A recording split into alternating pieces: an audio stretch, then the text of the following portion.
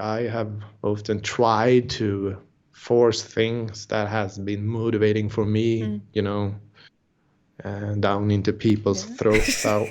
Like, okay, this is really good. Take it. It's like good enough, so you gotta be great, and I'ma do whatever it takes. Doing what I love in life, and I'll pay the price, and not stopping even if the shit kills me, even if it kills me.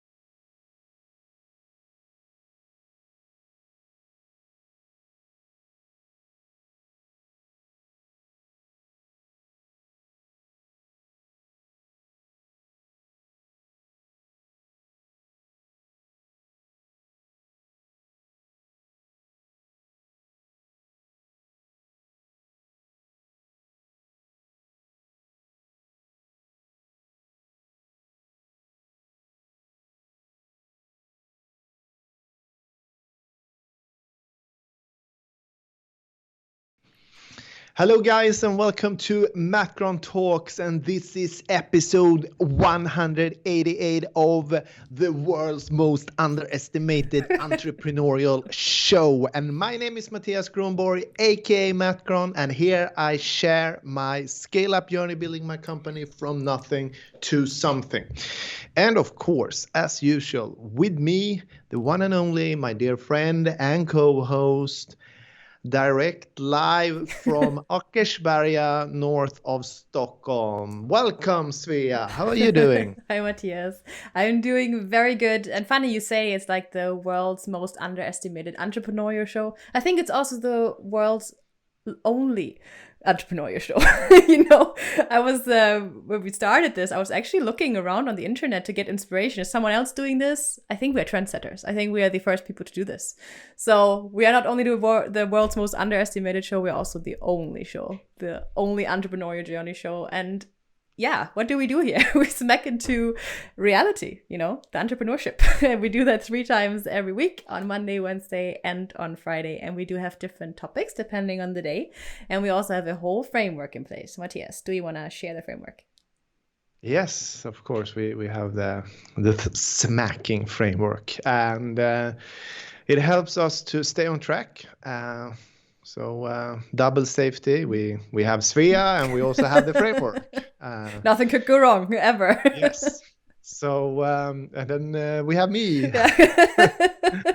Yeah. And the framework. So every Monday we talk about self-development, and that means I share my own journey growing as a human being and a leader. And then every Wednesday we talk about the things I'm learning in the entrepreneurial process, where I'm running every day here at iGoMoon, my company. And then every Friday we talk about my weekly self-inventory. And that typically means that we talk about things that I could have done differently, that happens. And we also talk about things I have learned, and we are celebrating the victories as well.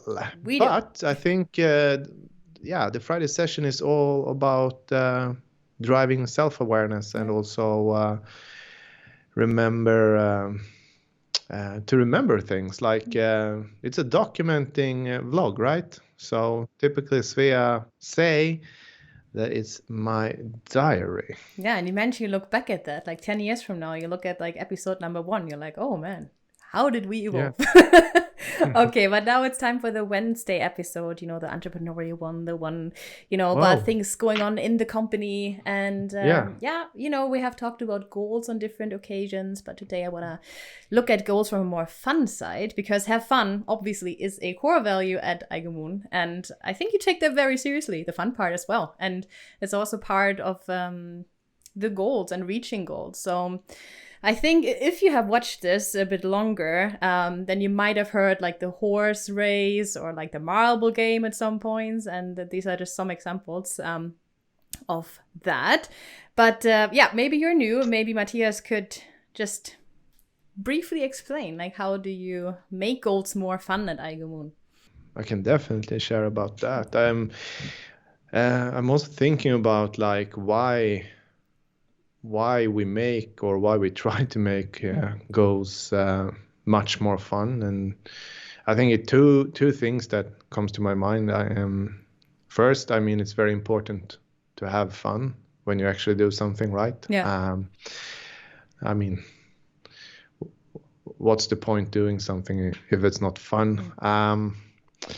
And then number two, which is very important, and I think it's very underestimated when you, like these days, talk about SMART goals. I think like everyone is talking about the SMART goals. But I think, and this is something I've been reflecting a lot on lately, actually, that the importance of actually getting the right energy, setting the right energy, getting the right energy to actually achieve something.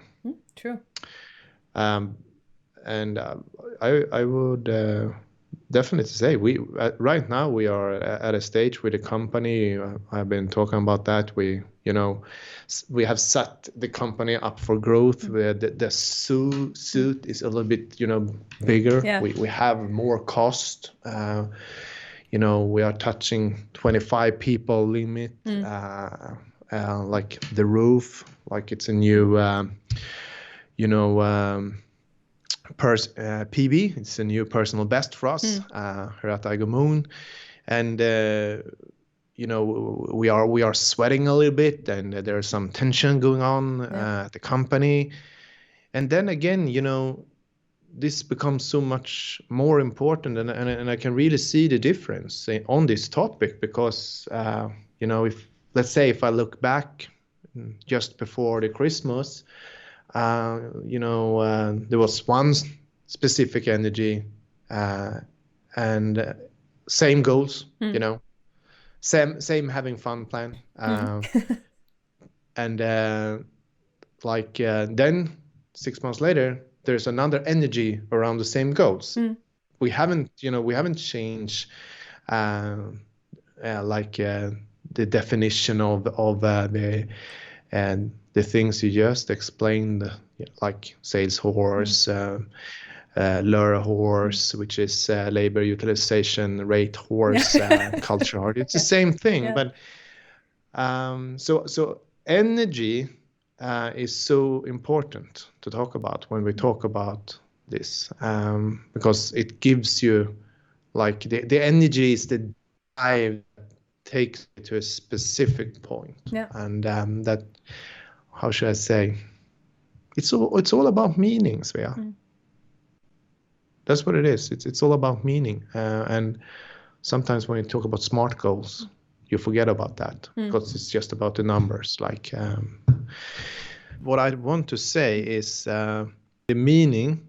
You need to understand the meaning, which creates the energy, and that leads to more fun experiences. And I think somewhere you need to start when you're building a company and you try to inspire people. It's so important that people understand, because if they don't understand, you can't expect anything from them. Yeah. And I think sometimes as a leader, you have the entire picture, the entire image of everything. I mean, for you, it could be so clear. And then the frustration grows where you try to, why don't they understand? Yeah.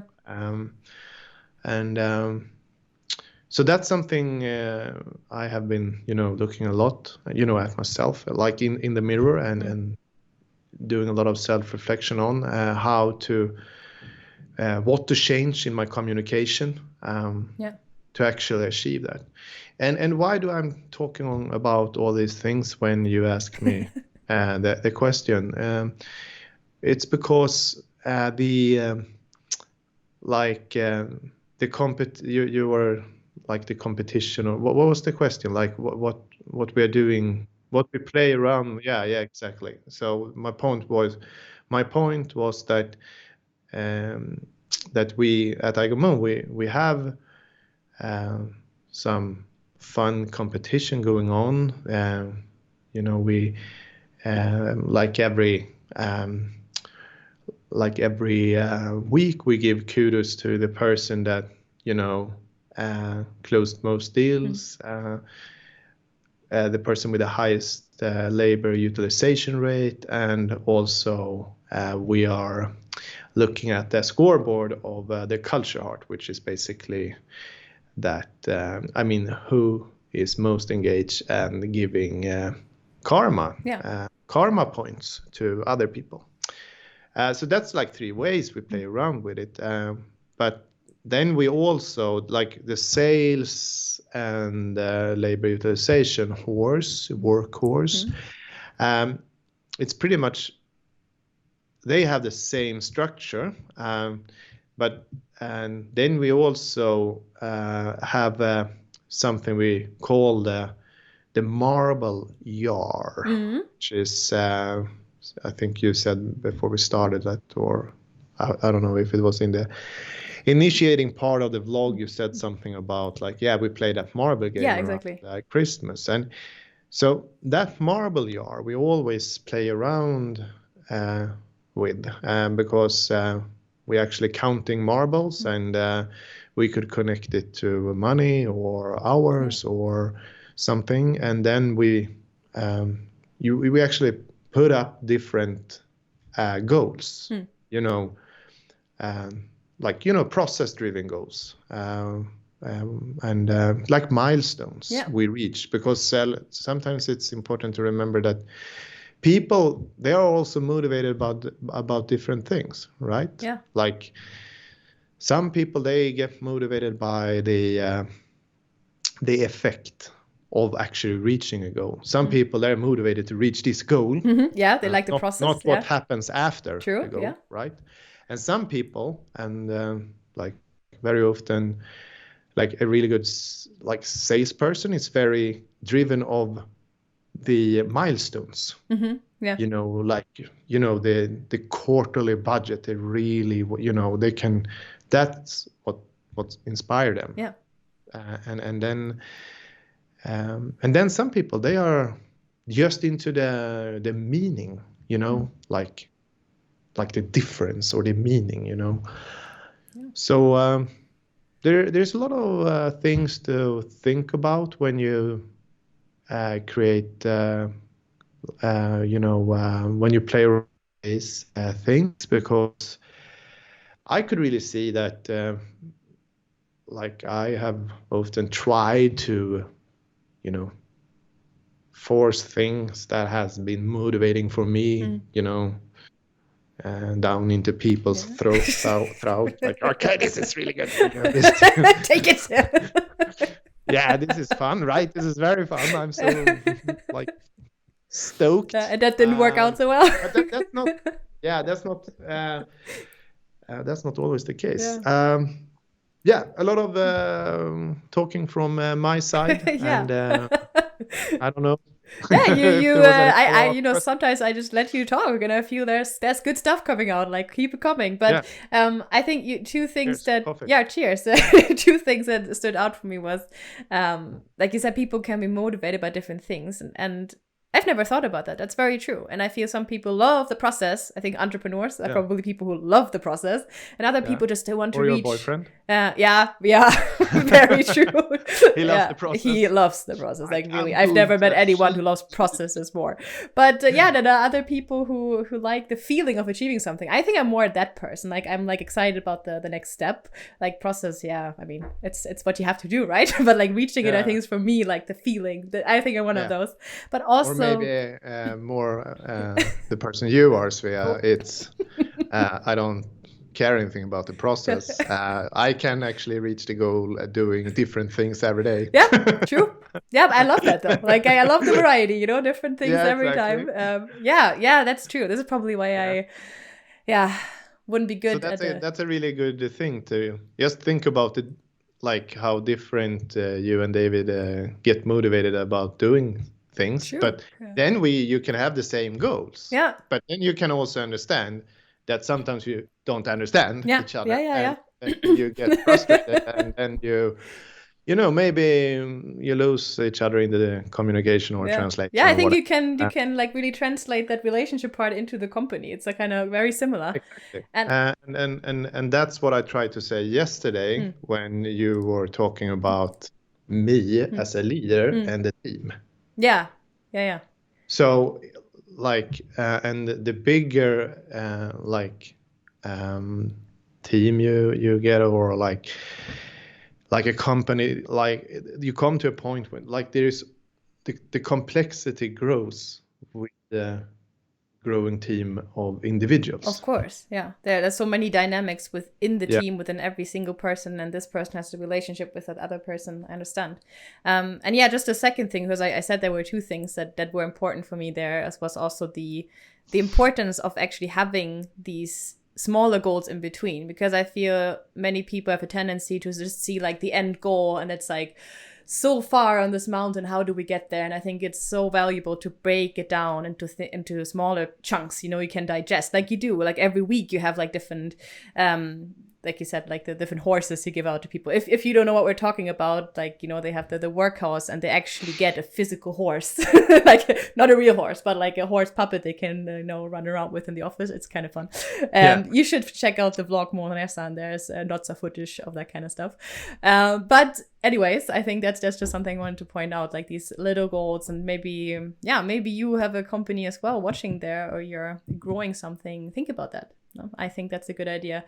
Maybe look at weekly things, monthly things, and then take it from there. Yeah. Okay. Yeah. That's it. I think it was some great discussions, some great talk. All right. Then I would regarding goals. I would say let's wrap it up for today.